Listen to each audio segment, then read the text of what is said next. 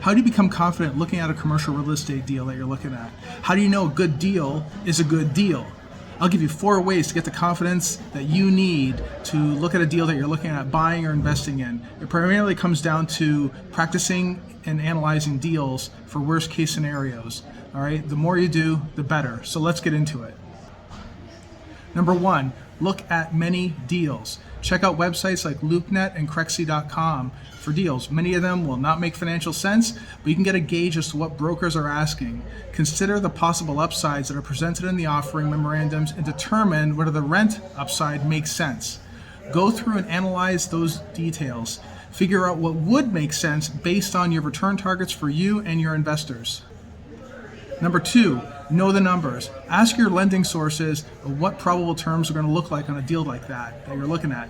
As I mentioned previously, look at the DCR, the debt coverage ratio. The minimum that most banks will do is 1.20. Be very careful if you're going to go to the bare minimum.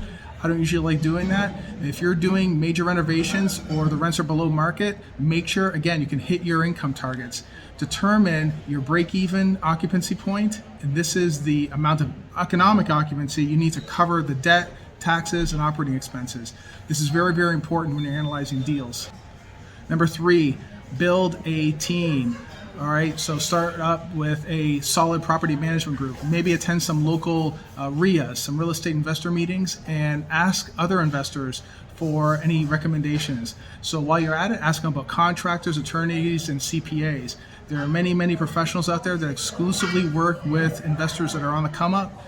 Those are the ones you want to talk to. You can certainly work with the biggest law firm in the market, but you're going to certainly pay through the nose for it. So I recommend just trying to find ones that specialize on investors like you. And number 4, perform your due diligence.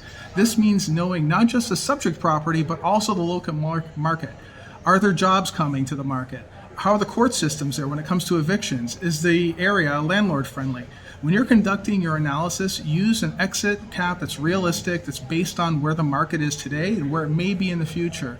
Okay, due diligence would come down to walking the properties, reviewing all the expenses, and look for opportunities to improve overall cash flow, and also reviewing the leases to make sure they're not just putting heads on beds, okay, meaning they're just trying to boost the occupancy numbers. So make sure those leases are real good leases. Consider the exit strategy and the future plans, and also think about who's going to eventually buy the property from you down the road. All right, think about that too. Follow for more.